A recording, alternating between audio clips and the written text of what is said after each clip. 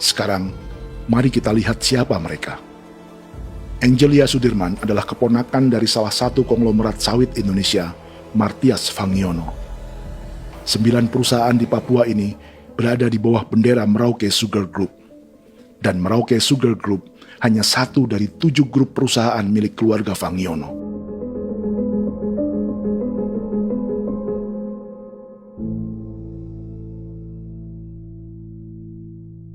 Ini Martias Fangiono. Seperti Haji Isam, Martias selama ini dikenal sebagai pengusaha sawit yang kini merambah bisnis tebu dan bioetanol. Ini momen saat penanaman perdana tebu di Merauke bersama Presiden Joko Widodo Juli 2024. Di sini juga ada anak Martias Fangiono, yaitu Wirastuti Fangiono.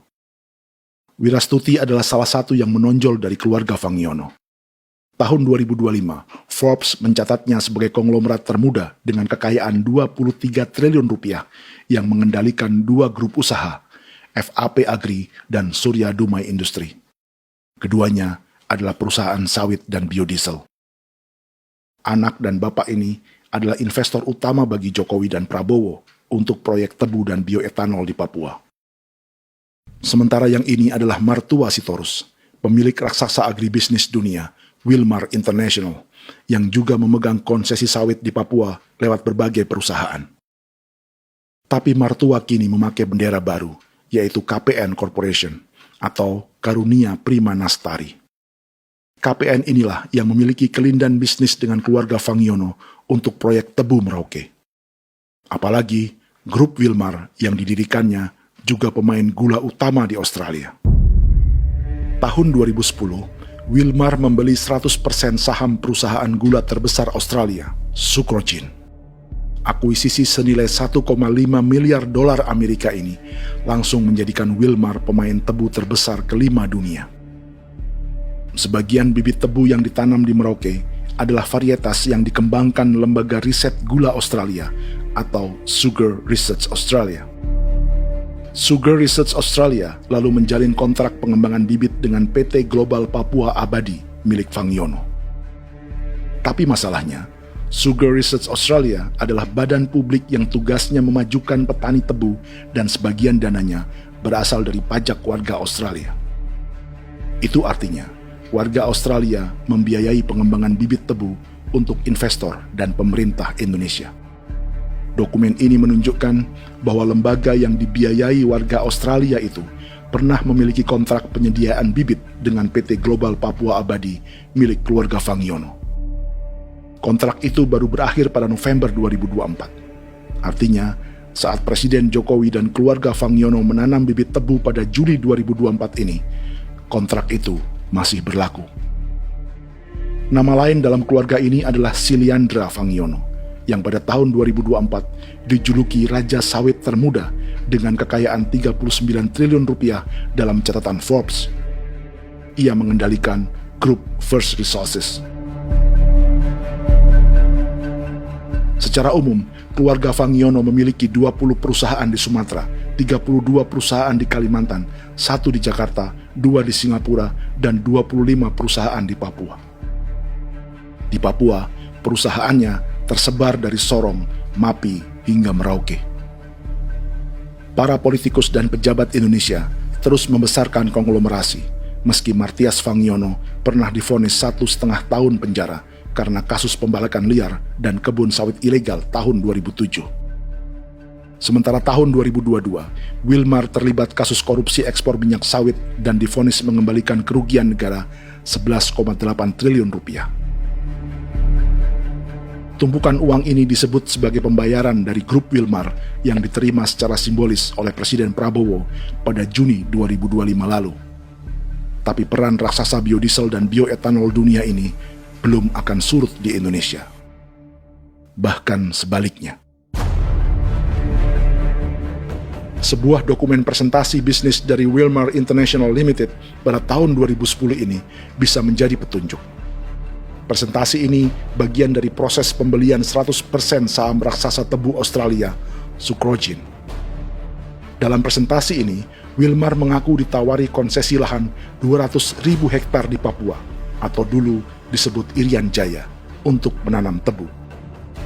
Dengan penerbangan hanya 2,5 jam dari kantor Sukrojin di kota Townsville ke Merauke, Wilmar akan mengawinkan bisnis gula dan bioetanolnya menjadi pemain dunia.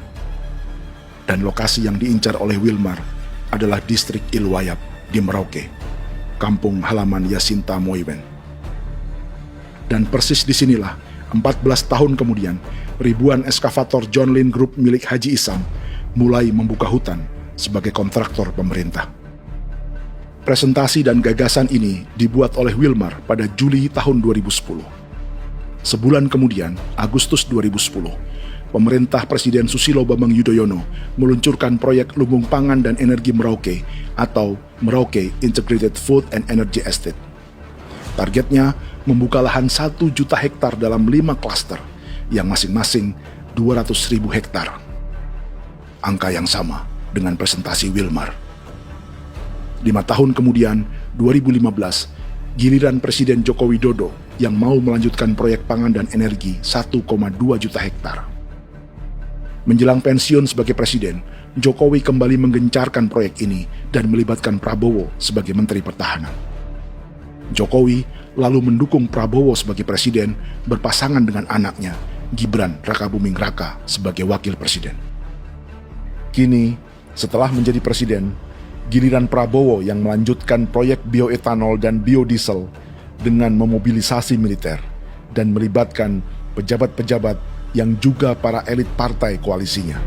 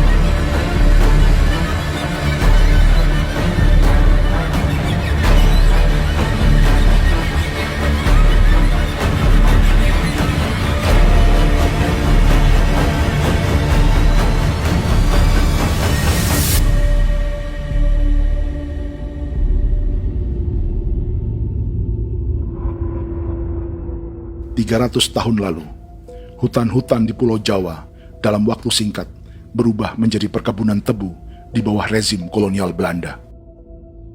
Orang Jawa menjadi buruh dan petaninya dipaksa menanam tebu. Dari kolonialisme dan politik tanam paksa itu, Belanda memperkaya negara dan para investornya. Tak puas membuka hutan untuk perkebunan di Jawa dan Sumatera, kolonial Belanda menanam tebu hingga di Suriname dan mengerahkan ribuan orang Jawa sebagai buruh pada tahun 1890. Inggris yang sudah menguasai negara seluas India dan Papua Nugini pun masih menanam tebu jauh di tengah Samudra Pasifik, di tanah orang-orang Fiji. Lalu memindahkan puluhan ribu orang India menjadi buruh di sana. 200 tahun sebelumnya, ratusan ribu orang Afrika bahkan diperbudak untuk bekerja di perkebunan-perkebunan tebu Spanyol dari selatan Eropa hingga Karibia, Kuba, atau Jamaika. Jika dulu tebu menjadi gula atau emas putih, kini cerita kolonialisme tebu berlanjut di Papua untuk bahan bakar nabati atau bioetanol.